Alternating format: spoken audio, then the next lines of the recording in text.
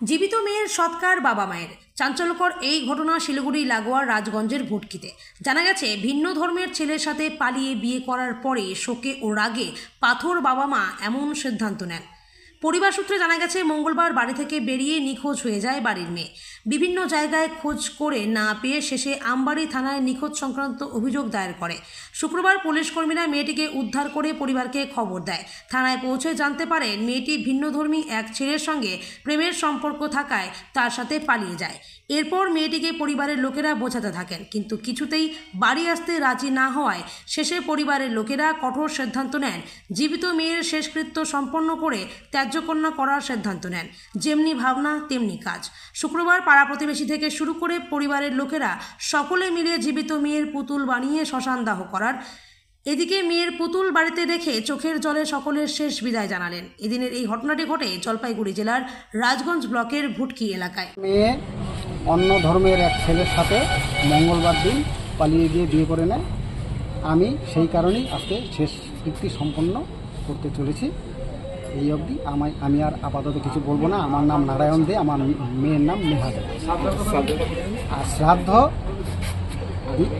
আগামী কীবার করবো,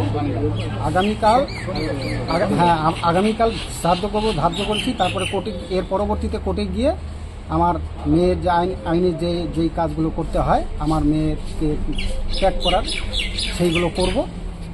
এতটুকু আমার। কবে গেছে আপনার মেয়ে? আমার মেয়ে গত মঙ্গলবারে গেল। আজকে 4 দিন হতে চললো।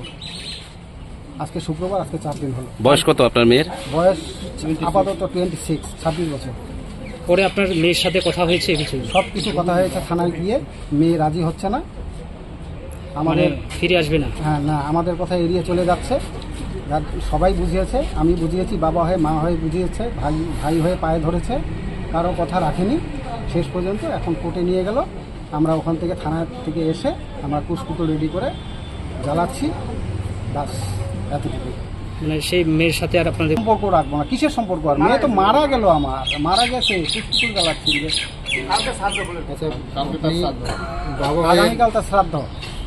আপনি বাবা হয়ে একজন আপনার মেয়ে, জীবিত মেয়ের শ্রাদ্ধ শান্তি এবং কি কুসকুটো দাহ করছেন, যে আগামী দিনগুলোতে যাতে আমাদের সমাজে এই ধরনের ঘটনা না ঘটে, সোশ্যাল মিডিয়া দেওয়ার কারণ হচ্ছে আমার এইটাই, যে আমি আমার মেয়ের জন্য শোকাহত হলে হবে না, আমার পুরো সমাজকে নিয়ে আমি বলছি। আর প্রশাসনের কাছে এটাই আমার বিবৃতি, যে প্রশাসনিক এই ব্যাপারগুলো দেখে চিন্তা ভাবনা নেও, যে পরবর্তী যেন এরকম কিছু না হয়। কিংবা মন্ত্রী লেভেলেও আমি কৃতজ্ঞতা জানাচ্ছি, যদি কোনোরকম এই ধরনের ঘটনা হয় যেন না হয়, এটাই আমার বক্তব্য। এটার জন্য যেন সুব্যবস্থা নেয়। কয় মেয়ে আপনার? আমার এক মেয়ে এক ছেলে। এই জায়গাটার নাম কি? মেয়ে বড়।